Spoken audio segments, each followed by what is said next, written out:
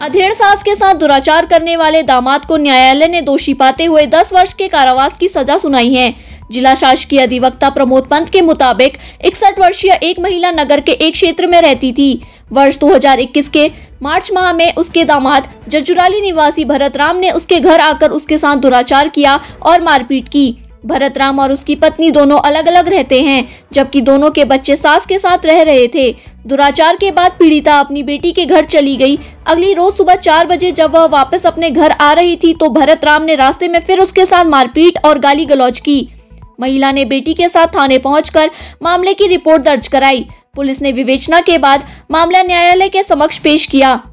मंगलवार को अपर सत्र न्यायाधीश पंकज तोमर ने मामले से जुड़े सभी पक्षों को सुनने के बाद भरत राम को दोषी पाया। उन्होंने भरत राम को 10 वर्ष के कठोर कारावास की सजा सुनाई। भरत राम पर 50,000 का अर्थदंड भी लगाया गया है। अर्थदंड अदा नहीं करने पर उसे 6 माह का अतिरिक्त कारावास भुगतान होगा। अर्थदंड की धनराशि में से 45,000 रूपए प्रतिकर के रूप में पीड़िता को देने होंगे।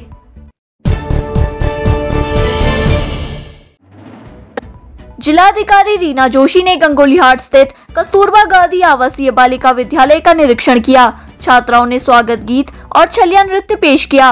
डीएम ने छात्राओं को तनाव मुक्त होकर पढ़ाई करने का संदेश दिया। उन्होंने छात्राओं से अपने अंदर एक हॉबी विकसित करने को कहा कि जिस क्षेत्र में मन लगता हो उसे पूरे मनोयोग से करें। उन्होंने कहा कि यदि छात्राओं को किसी भी तरह की समस्या होती है तो वह जिला प्रशासन से संपर्क कर सकती हैं। विद्यालय में कक्षा 6 से 12 तक 154 छात्राएं शिक्षा ग्रहण कर रही हैं।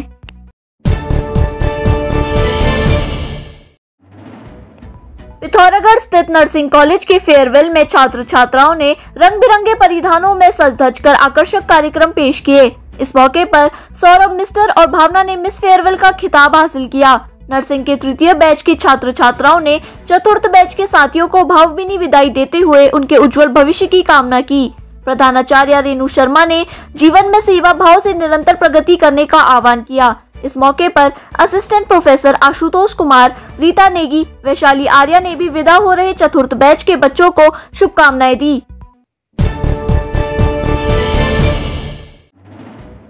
रीठासाई पुलिस ने अवैध शराब के खिलाफ अभियान चलाते हुए 422 पव्य देशी शराब के साथ 70 वर्षीय व्यक्ति को गिरफ्तार किया है। मीडिया सेल के मुताबिक ऑपरेशन क्रैकडाउन के अंतर्गत पुलिस ने सघन चेकिंग अभियान चलाते हुए परचून की दुकान की आड़ में अवैध शराब बेचने वाले परमानंद भट्ट को गिरफ्तार किया है। मामले में रीठासाई थाने में आबकारी अधिनियम के अंतर्गत मामला दर्ज किया गया है। टीम में थाना अध्यक्ष दीवान सिंह जलाल, दीपक सिंह, हयात सिंह, रविंद्र सिंह शामिल रहे।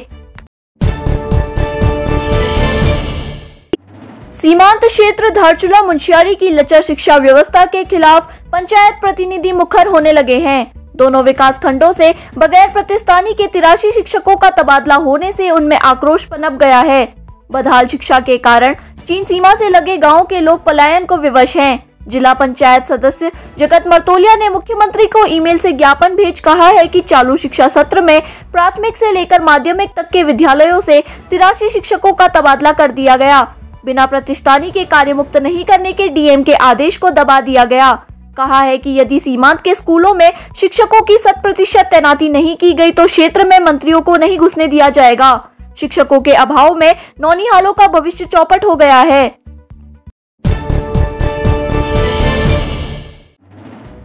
कैलाश मानसरोवर यात्रा पर इस साल भी संशय के बादल हैं। प्रतिवर्ष जून में शुरू होने वाली यात्रा के लिए जनवरी माह से ही तैयारी शुरू हो जाती थी, लेकिन इस संबंध में अभी कोई तैयारी शुरू नहीं हुई है।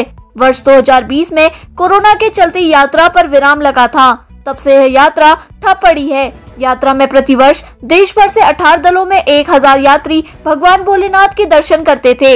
यात्रा का आयोजन कुमाऊं मंडल विकास निगम करता है। इससे निगम को भी आर्थिक लाभ होता है।